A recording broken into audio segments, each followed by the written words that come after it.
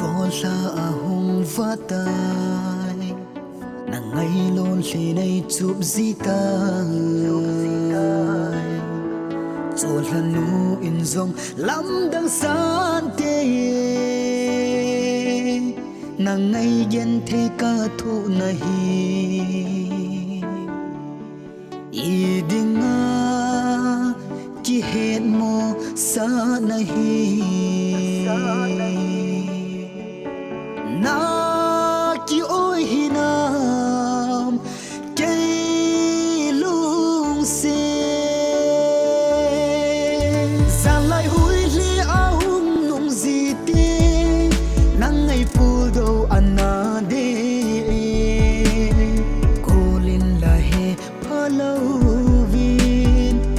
leng dang sang zong le chu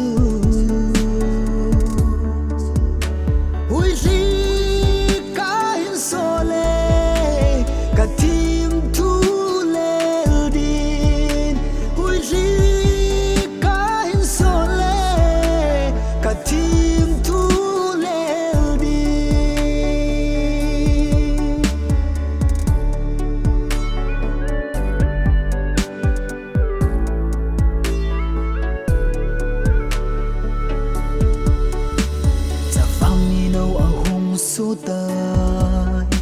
rằng va bon lung khát tha khát lên khom thầy lệ gây lên pi đi gul hoya vai tham đến này lung tu mo số dia iki tiếp na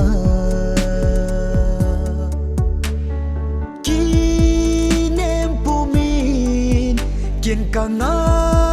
gì nhé ra lại hui li ahung nung gì ti nang ngày pul do anna de kolin la he palovin leng dang sang zong le chu hui li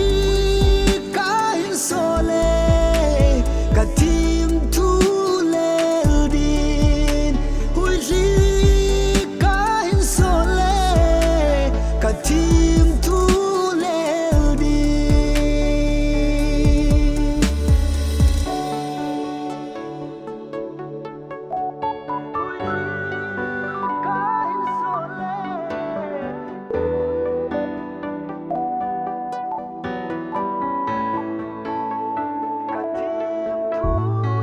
hin khu adia iki tim na hoi ba hita